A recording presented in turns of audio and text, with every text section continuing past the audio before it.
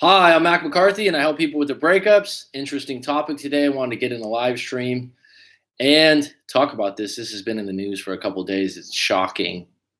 It's awing. Um, Kobe Bryant dies in a helicopter accident. And this is an international audience. We talk about breakups, and you might be thinking, where are you going with this? Like, what does this have to do with breakups, right? And then other people might be going, oh my God, I can't believe it happened, this, that, and the other. And I find it really interesting when someone famous or legendary passes away because everyone relates in a different way. And it's so fucking interesting how different everyone does because people die every day, right? Special people die every day. People that contribute to their communities, people that are teachers, are nurses, are doctors, are volunteers, humanitarians, people that are absolutely special to humanity die every day, right? And then somebody that is legendary in a specific field that gets a lot of attention, that people somehow think, oh, I know this individual because they're famous. I know who they are. They're great. I really like them because when they play basketball, they make me feel happy because my team wins.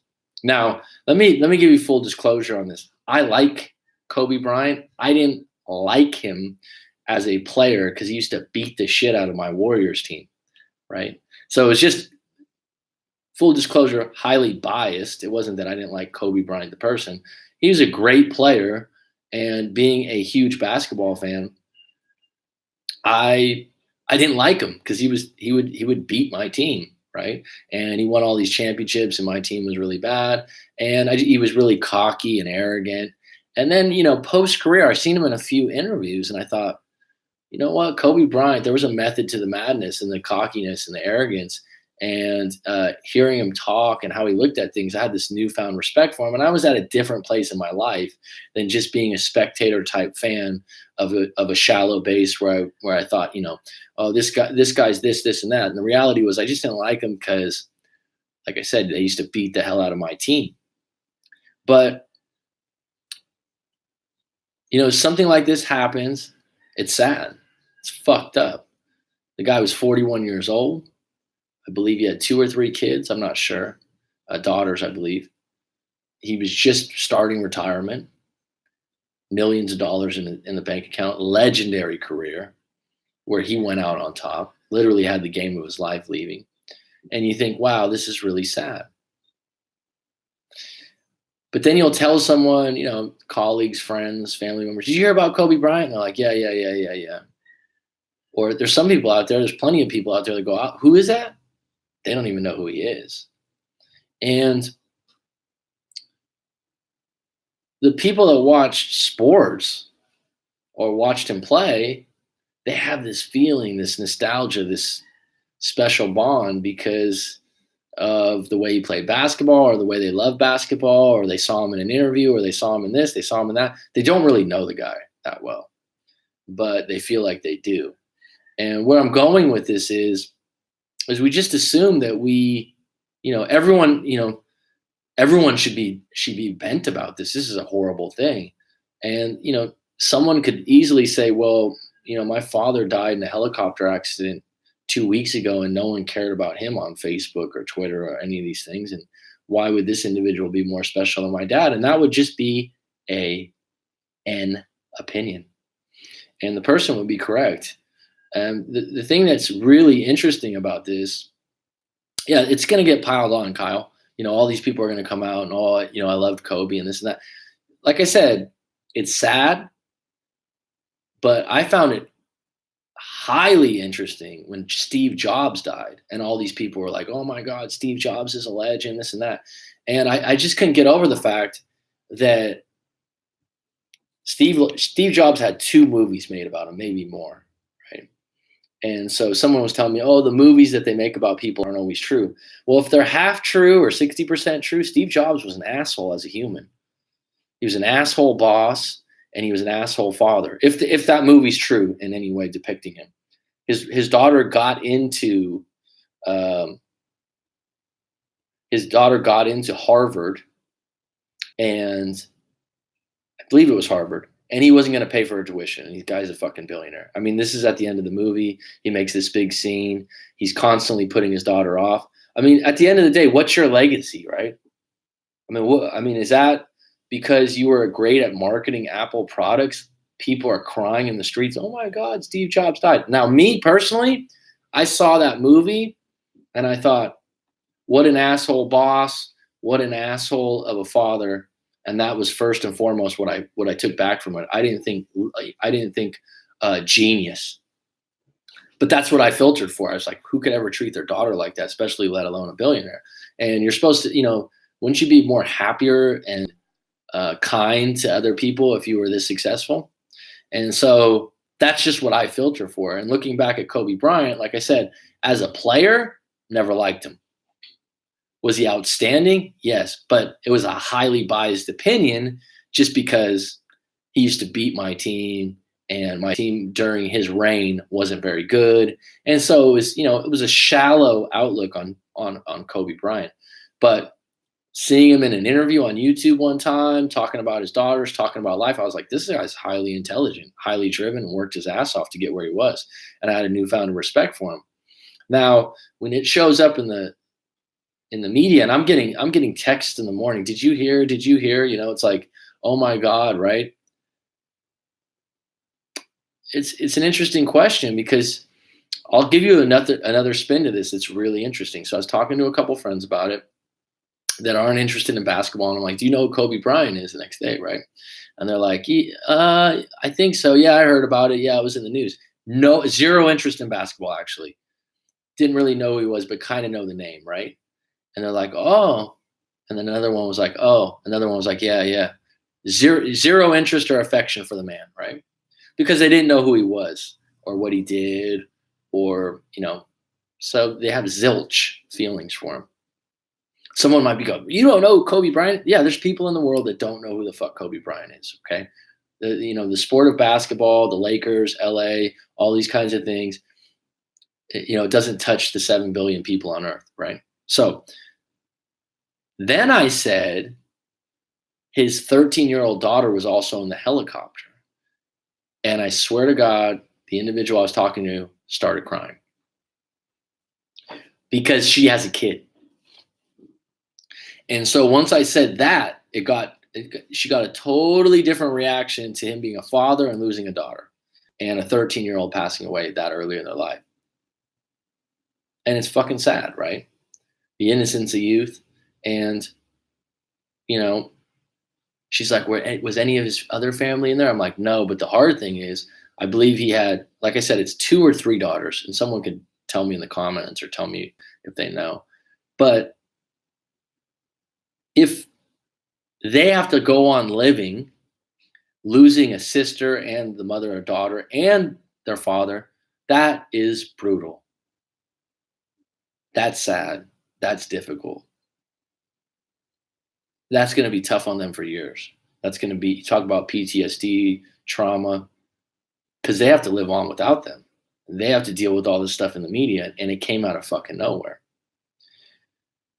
And so where I'm going with this is everyone's saying, oh my God, Kobe, he was my favorite player. He was this, he's such a legend. Okay.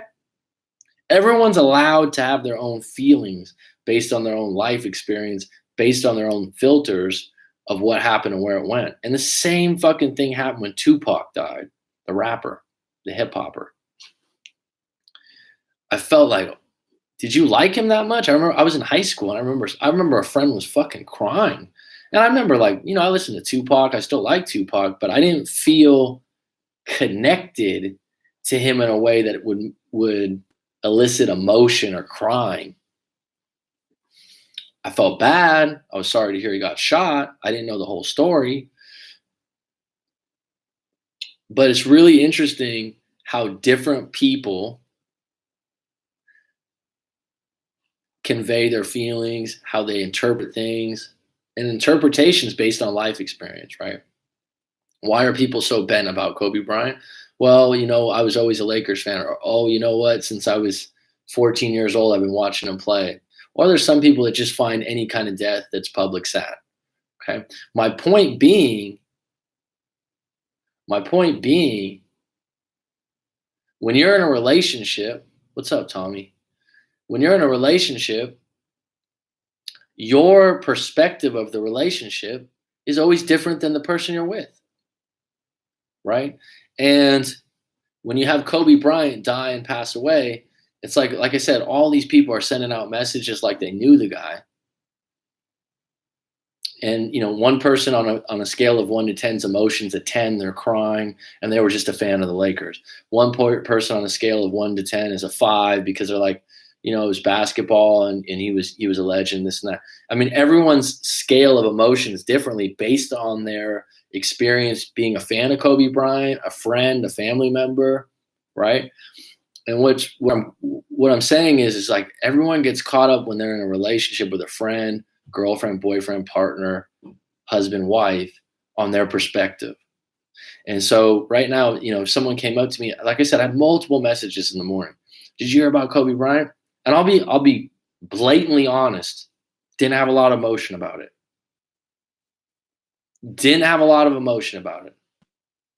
And is it sad? Fuck yeah. He was a father. I found it more sad that his 13-year-old daughter was in there with him. I found it a little bit sad that there was it 4 other people in the helicopter that don't even get their fucking name mentioned.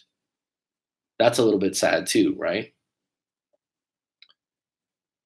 And people are like, "Oh, you like basketball, so you got to care about this." And well, I mean, over a month and a half ago, my dad had a serious stroke. That got me. That hit home, right? That's how I operate. Okay, family and friends would be first and foremost the ones I care about. I love basketball. I love the Golden State Warriors. I like Klay Thompson, these players on the team. Something happens to them, I'm going to feel it, but it ain't going to be at the level of a friend, family member, or even some of the people that are on the live stream or come to my channel or past clients, because we have a fucking connection that's different. Now, saying that, there are people out there that have been spectators of basketball or the sport, and they are crushed because somehow, this is a huge deal that you really need to show, your condolences to a public figure like that. And you know what? The old me would have been like, this is ridiculous. I can't believe you didn't even know the person. You're overreacting. You're being highly emotional. But right now I said, your feelings are your feelings and you have a right to that. And this is exactly what happens in relationships. There's 2 sides to the story. There's 2 versions of love. There's 2 sides to feelings, right? And everyone who looks at this Kobe Bryant death is going to have a different opinion. And then what happens, though, is someone will say, I can't believe you don't even care that much. He was a legend. And I might say, well, what did he do for humanity? And someone else will go, he won 4 championships in the NBA. And I'm like, well, I mean, that's cool and all, but I filter for, I don't know, how much money did he donate to strong charities, things like that, right? Again, it's sad, fucked up. I don't wish it upon anyone, but it's just really interesting when something like this happens, how the outcry and the amount of emotions go out there. And I'm just curious, I wonder with social media, how many people that aren't even really basketball fans, barely know who Kobe Bryant are, like, oh my God, yeah, no, I'm going to miss him. I'm going to do this, because they're just piling it on because they want to be a part of something, right? They want to be a part of something. And my point of this being is everyone's got an opinion based on their own emotions, based on their own experiences. And it's fascinating that someone will take a perspective on something. And then especially right now there's millions of people crying and all this other stuff. Someone will go, well, I have to do that too. Do you really feel that strongly about it? And like I said, the flip side, what's more sad to me is the 13-year-old daughter. than Kobe. I mean, they've put some pictures up, and the fact that there was other people that died on that helicopter that aren't even mentioned. I mean, was the helicopter pilot? I was going to say driver, pilot. Was he a father? I mean, or a mother? Could have been a woman. Sorry.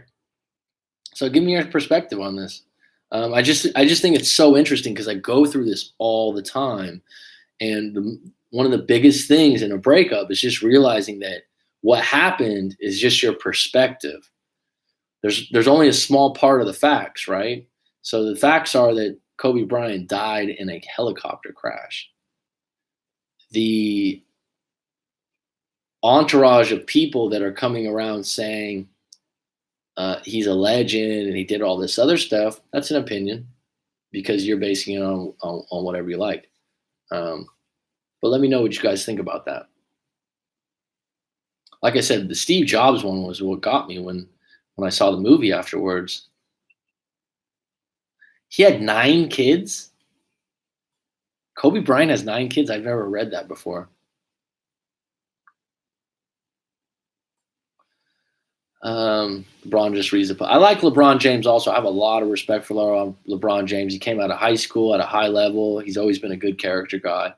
I think there's some extra juice in LeBron's words. Absolutely, Kyle. It's always sad when someone dies, especially when they're younger and in the limelight. Is it more sad than when an average Joe does? On Decky Deck, what's up, Tom Willis? Please hit the like button. Thank you. Not a basketball fan or a Kobe fan, but I'm taking a break from social media. It's too sad seeing all over the place. It gets a bit repetitive, right? I mean, even if it was a family member, I wouldn't want to see that everywhere. Everyone reacts differently when someone dies. That's been my experience. Absolutely. You know, someone might say, Patricia, oh, this person didn't even cry. I'm not a crier. I'm not Joe masculine guy, I guess, but I mean, I don't cry at funerals. Sometimes I wish I could. I get choked up, but I don't bawl. And it's not necessarily something I'm proud of. It's the way I operate. Every post is in regards to what happened. There were 9, 3 teenagers, 9 in the helicopter, 9 kids. Yeah, she's sad. He said his daughter died with 13. So sad. It is sad. If anything, it humbles you, makes you realize tomorrow isn't promised no matter who you are. Someone wrote a really good post on a Facebook message, and they said, what the fuck? People, this life's not practice. Get your life going. Do what you want to do. And I thought, well fucking put. Because it's not just a moment to mourn Kobe Bryant and feel sad for him. It's a moment to get fucking perspective that, you know, at any given moment, shit could go down and reassess your life. We're waiting for a bucket list or something to happen. You're waiting for 10 days to live. Do the things and say the things you want to say. He was a public famous figure that magnifies the situation. Absolutely. Yes, a somber reminder that we don't live forever. So true. What's up, Miguel? I just made your video response. I just haven't uploaded it. So it'll be uploaded soon. Just want to tell you that. Because you have a private video response. It just takes a moment to upload it.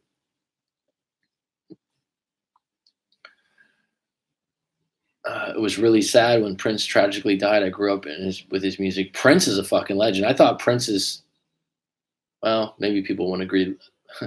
It's odd now, but his music work was up there with Michael Jackson. And he could play every instrument, supposedly. Okay, so he has 4 daughters. So my point being, what's really tragic is 3 daughters lost a sister and their father. And I always think the pain is more painful for the people that have to live on with the loss. No, he only has 4 daughters, I believe. Thanks, Miguel. I didn't cry at my mother's funeral. You know, and some people would look at that, Patricia, like you don't care. I don't know the situation, but people mourn differently, they feel differently, and they love differently. There were 9 people on the helicopter, 3 teenagers. Jesus, I thought it was. So not everyone died, Wendy? Had to hold it together for my younger brother. I'm sorry, people. I don't watch the news that closely. I just know about it. Yeah, life is not a dress rehearsal. Thanks, Coach. No problem, Miguel. Just like I said, I'm gonna upload it. Don't worry, bud. Just takes a minute, right, Coach? I agree. Say the things you want to say for sure. Um, yeah, yeah, and I'll add some story. I've touched on it in a live stream before, and I just shared it with a client just now before this live stream. Someone believed that a partner had ghosted them, that they'd never heard from them again. They were in no contact, and they were ghosted, and this person like just disappeared, right? Shit, Wendy. And about a year and a half later, this is a client of mine. I've mentioned this before, so bear with me if you've heard this already. And she emailed me like 2 weeks ago. So they had had like an argument or something on the phone, whatnot, and they just didn't talk again. And she thought, like I said, he just ghosted her. He kind of disappeared. She thought that was weird, but she had some other things going on in her life, and she kind of let it go. She finds out a year and a half later that he died in a fire in his apartment, not soon after they talked. And so she wasn't actually ghosted. The guy actually died. And so, of course, she's looking back. Oh my God, she didn't do anything wrong. She didn't know. The reality was there was a fire at the house, and it was an accident, and she had no idea, right? And this is a situation where she assumed that the guy never wanted to talk to her again. And I would say the best way to do things where you don't regret them is honesty, integrity, good intentions, virtue. And so there's an individual that I just talked to right now, and he's going through a situation that might turn into a long distance relationship, might be a breakup. His current partner that he's seeing is probably going to take a job that's going to be overseas, another continent, and it's a really good job. He's aware of it. They're not in a breakup position. They're kind of in a gray area. And I told him, don't play games, because you don't need to attract her. You don't need to be dishonest. You need to be honest. And if there's a moment where you as a man need to be vulnerable and be honest and say, I'm going to miss you, and I feel really bad about this, you don't want to guilt trip them, but you want to be honest because you want to leave it all on the line at the end so you have no regrets. Right? I'm sure Rob's a hoops fan, so I'm sure you have a little bit of a opinion. I'm amazing. Well, that's an identity statement, so good for you, my friend. I'll open it up because this was a bit dramatic in the first 20 minutes, talking about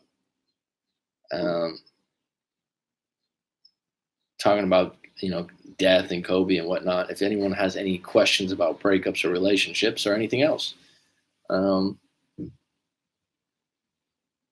got 12 on deck, 7 likes. Thanks for the likes. Thanks for always putting it out there, Patricia. I appreciate you. You're very kind. I always throw it on the identity statements, and you're aware of what an identity statement is also, right? And it's kind of funny because when you start filtering for people's identity statements, you're like, oh shit, you say that about yourself? Or someone will say something, and they're like, oh, this person's really cocky. This person's really confident. And I'm like, well, that just means if you have a problem with someone saying something, being conceited is different than being confident or cocky. Saying I'm amazing is a positive statement, right? And Maritha, how are you? But like you start hearing I am, or how people interpret how others look at them. Oh, this person hates me. How do you know that? Aaron Rodriguez, Kobe Bryant dies. What's that mean to you? Live your life to the fullest, no regrets. Do not waste your time on nonsense, drama free. Greetings. That's the gospel, Aaron Rodriguez. That's well put, my friend. That's well put. I love every day, and that's my outlook. That's stupendous. Yeah, I mean, it's one of those things. I think the best way it serves everyone is to look at it that way, right? You have this figure that's a millionaire, maybe a billionaire, is completely beloved by millions of people, has had a glorious life. Would that be an understatement? And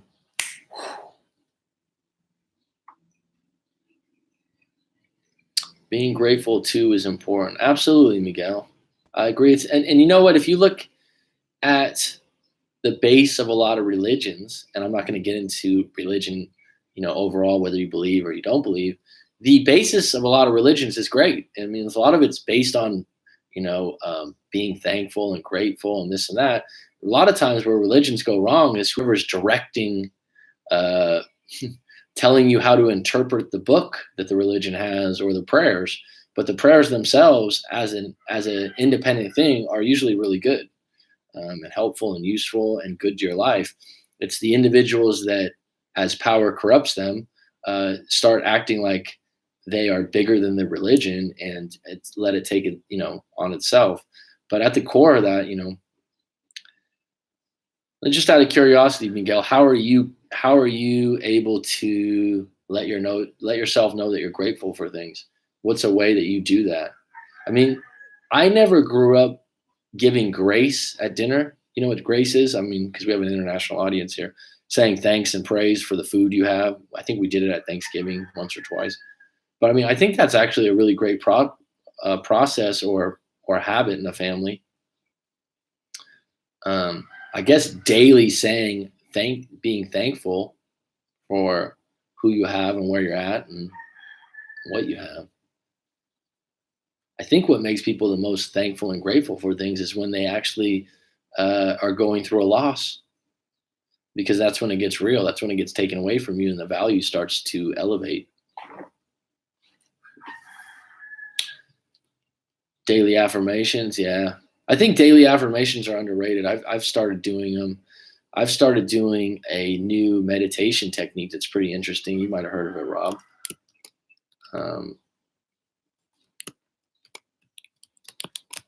You guys can Google this.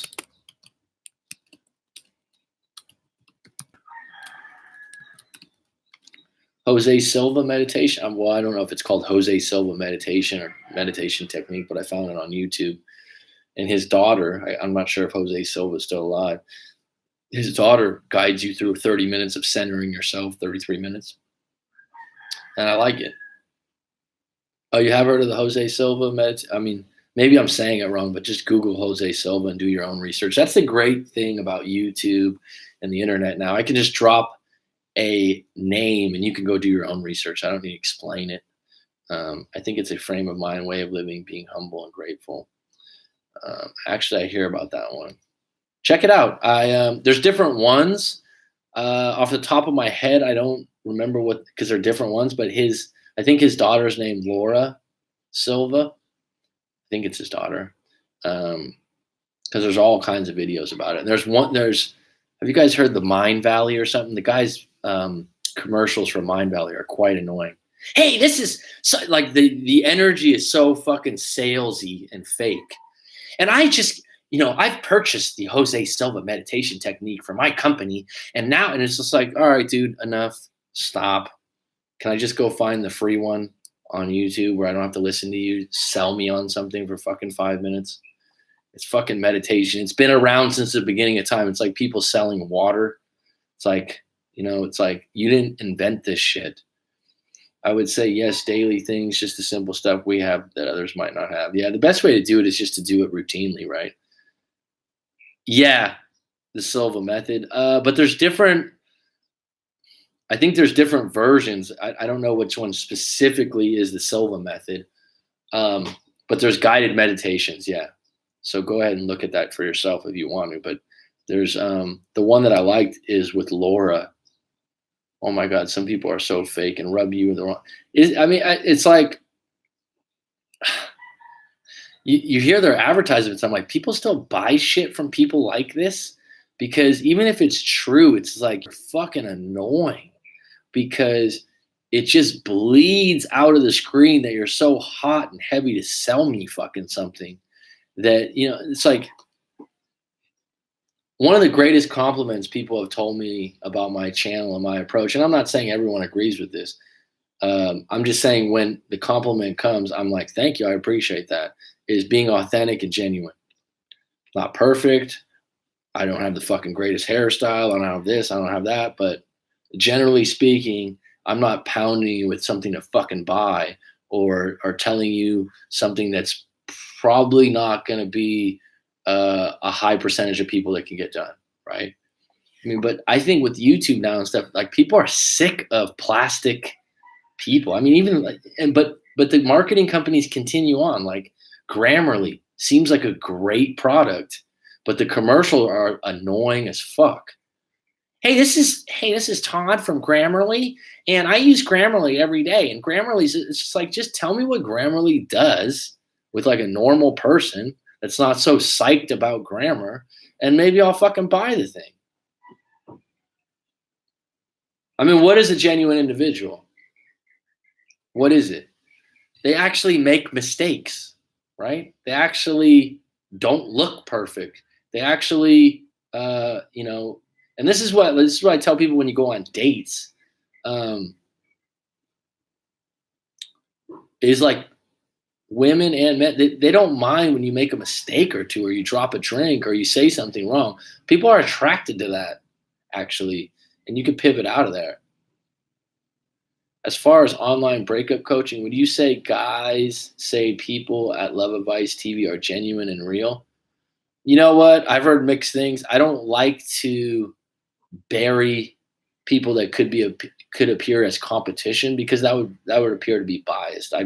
I've been triggered into that, and actually, Love Advice TV, someone has told me some things about them that is suspect. That being said, I don't know. They could be really good for some people. The idea of what's genuine and real is in the eye of the beholder, and you need to make that. For me to go around going, well, that person's genuine. You just don't know what genuine is. Well, genuine's, it's up to you how it's conveyed. I'm not going to tell you if it's, you have to decide that for yourself, Miguel. I would say that individuals that come off too good to be true wouldn't be genuine. Would that be accurate? Individuals that seem to come back to a selling point of a product that almost seems too good to be true. My thing is to over deliver. So if I'm going to do a coaching session with you, me and Miguel, we've done one before. I want it to be useful and helpful first and foremost. Useful and helpful for you moving forward. Getting your ex back would be a bonus. But I was just talking to an individual this morning that we've had coaching sessions on and off for 6 or 7 months. On and off sounds like a relationship, right? And he said, Mac, well, you're way more than a breakup coach. And that's a huge, huge, nice curly Jew hair, you fake death pusher. Wow, that's a big statement. Wow.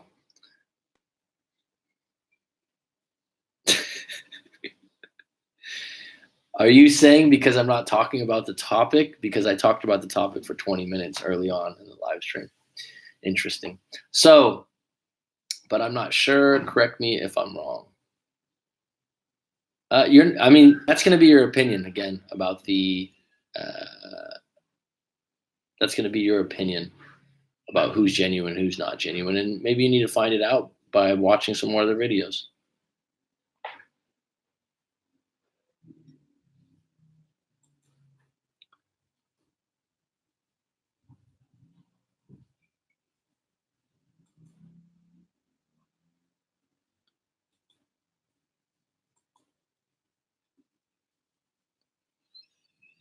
Man, I miss Kobe Bryant. He got barbecued in that helicopter crash. Cranker. Well, yeah, it's sad. Sad. I mean, I don't know the details of it, but it was sad what went down. Like I said, I talked about it in 20 minutes in the beginning of this live stream. But anytime anyone goes down, especially in a helicopter, that's the other part of it. That'd be scary as fuck right? That'd be a scary thing to do.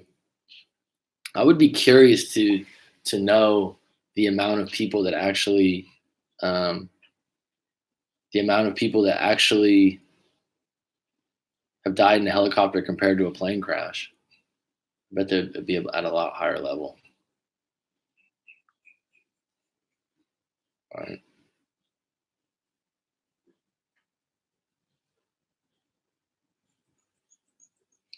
Yeah, seriously.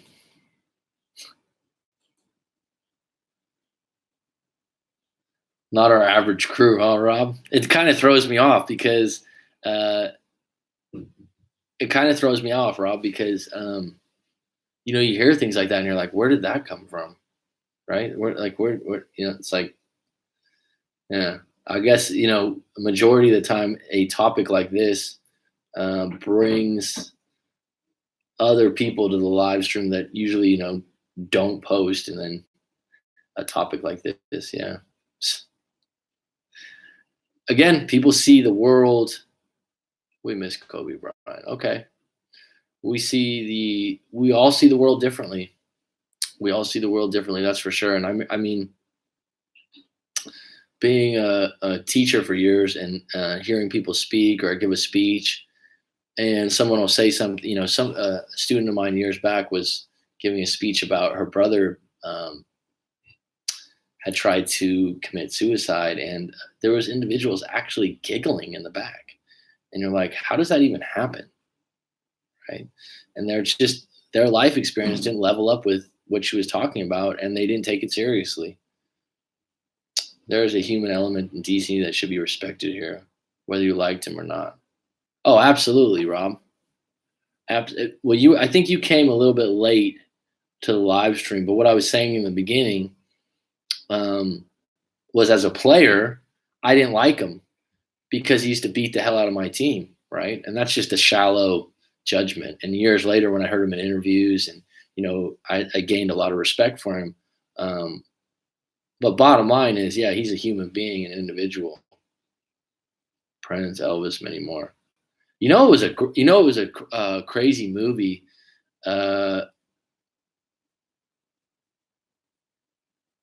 Okay,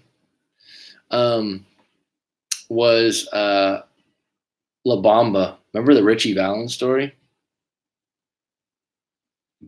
Richie Valens, Richie, and he never wanted to fly in a plane, and that was a sad movie, wasn't it? La Bamba. Lou Diamond Phillips never made a movie like that again. That came out when I was a kid. That was a really good movie, right? I'm well, Dylan. Do you want to ask your question? I know you've been asking me in the comments. Unless someone is exposed to this sort of thing and their difference, they may not have no idea how serious this is. That's true. Miguel, that's a good take. Some people laugh out of nervousness. That's absolutely true. La Bamba was La Bamba that was fucking good, man. That was good. Remember Bob Valens? There used to be a friend. Bob Valens was Richie's brother in the movie, and we used to call some guy in high school Bob Valens. Yeah, another great guy that died in a plane crash. But he never wanted to fly. That's the whole part of the movie that's crazy. I was never a fan either. But respected him as a player. Also, that Denver situation kind of throws me the wrong way about him. Yeah. John Denver died in a plane crash too? I never even knew that. I never even knew that. I don't have any conspiracy theory cranker on the helicopter crash. I didn't post this as it's just been in the news. It was something I had an opinion on, and I thought it related to the fact that we all have an opinion on something dramatic or traumatic. And that's, going back to breakups and stuff like that. When you get your friends and family's opinion on things, it's the same kind of thing. And it's the same kind of thing when something like this comes up and everyone's got an opinion and you go like, where'd that one come from? Did you rate it in the comments or not? No, I didn't get it. It's happened to me. It's weird because I have family members who always find it rude. Oh, that you laugh when you're nervous? It's actually cultural in Thailand, Miguel, that people laugh when they're uncomfortable. They smile when they're uncomfortable, or they smile when they're confused, and that's why they call it the land of smiles, actually. And it really frustrates people because I actually witnessed it. I was at the cinema, and this guy who was from England, big, big buff guy, like big show, like a weightlifter or something. He's in there. He's like, "What?" And I could tell the girl didn't understand his accent and stuff. And we're in Thailand. Not everyone speaks English. And he's like, "Da, da, da, da," and she just starts like giggling and laughing. And he's like, "What the fuck's so funny? I don't understand what's so fucking funny." And she's like, she doesn't understand him. I'm like, this is how people react. They don't go, "Excuse me, what did you say?" or "What did you mean?" It's like, it's their way of softening up the situation.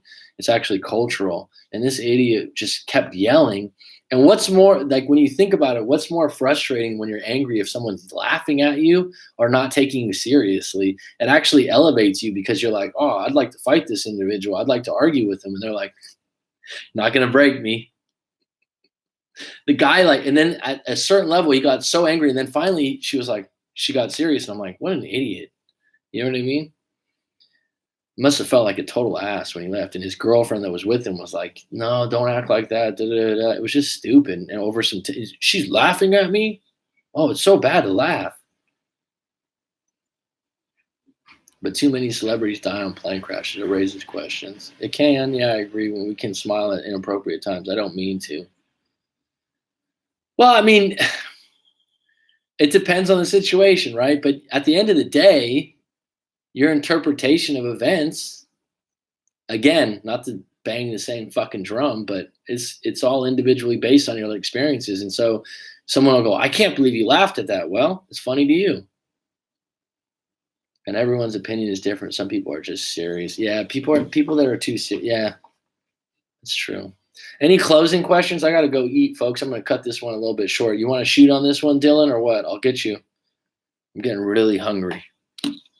I only had a croissant for breakfast.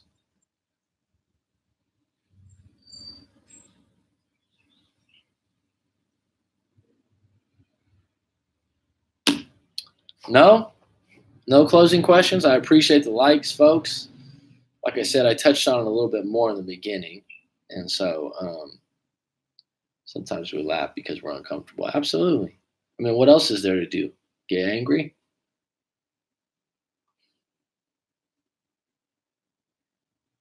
I think it's fine, Rob. I mean, it's a tribute, right? Are you gonna? The funny thing was just a random thing, Rob. Are you gonna retire 8 or 24? Because eight, I just remember I liked the eight when Kobe was younger and he had the little fro and stuff. I'm going to get a poke bowl, coach. Enjoy your meal. Thank you. But they retired 24. That's cool. That's classy. I mean, I'm sure the whole league will probably have one of those patches where it has number 8 or 24. You know what I mean? They'll probably do that, and they'll probably do some tributes in it. And as far as the league goes, he deserves every accolade, attention. He was a pioneer to the league, and he was a winner. But people that knew him, I think he came off really cocky, but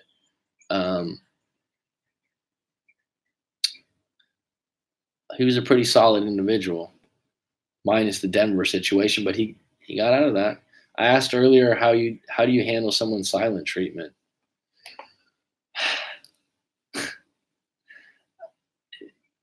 How do you handle someone's silent treatment? Depends on the situation and the case and why they're giving you silent treatment. But if you want to talk to them, you say you want to talk, and if they turn it down, I would say you go silent on them and you walk away because they're going to win that one. Charlotte should have never traded him for Vlade Divac, by the way.